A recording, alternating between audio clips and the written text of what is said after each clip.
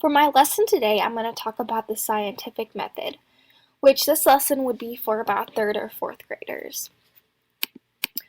First, there are 6 steps to a scientific method, and they are first their question, hypothesis, materials, procedure, observation, and conclusion. So today we're going to talk about each step and what you do for each step.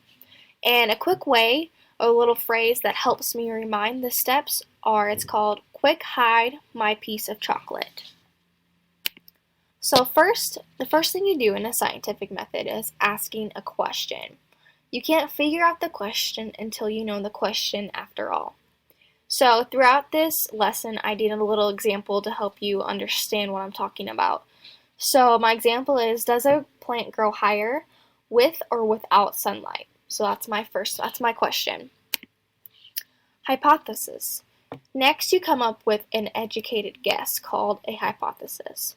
You can come up with an educated guess by observing and gathering information. So from my example, my hypothesis was, if you have a plant outside for 20 days, the plant will grow higher with sunlight than without sunlight. Materials. Materials is a list of supplies and equipment. So for my example, I have to have 2 plants, a dirt, water, sunlight, and a dark room. Procedure. The procedure is somewhat of a step-by-step detailed description of how you conducted your experiment. So my example, in a 20-day period, I would plant the same flowers in a pot. They would receive the same amount of water and the same amount of dirt, which that's called a controlled variable.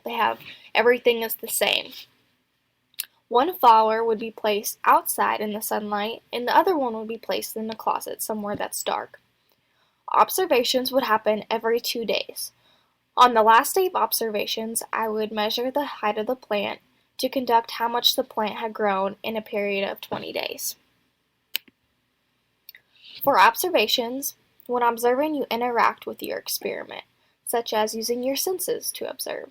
Does it have a smell? Does it make a noise? Does it have color? So you use your 5 senses when doing that. Different ways to collect your data is by either journaling, charting, or graphs. As you observe your experiment, you will need to record the progress of your experiment. You may not change anything during the time of your experiment. So at the bottom, I gave an example of my plant. So I would do it in 20 days on that side, and then on the sunlight and without sunlight, I would record the height of the plant on those days.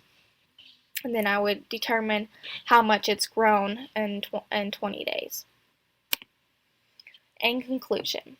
The conclusion is a summary of the research and the results of the experiment. This is where you answer your research question. You make a statement of whether your data supported your hypothesis or not.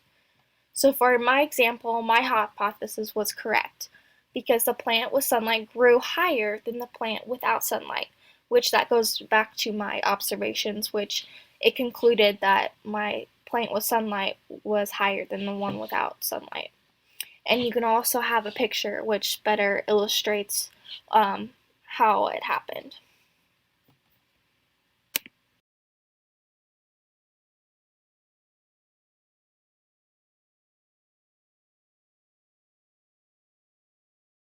Created using Powtoon.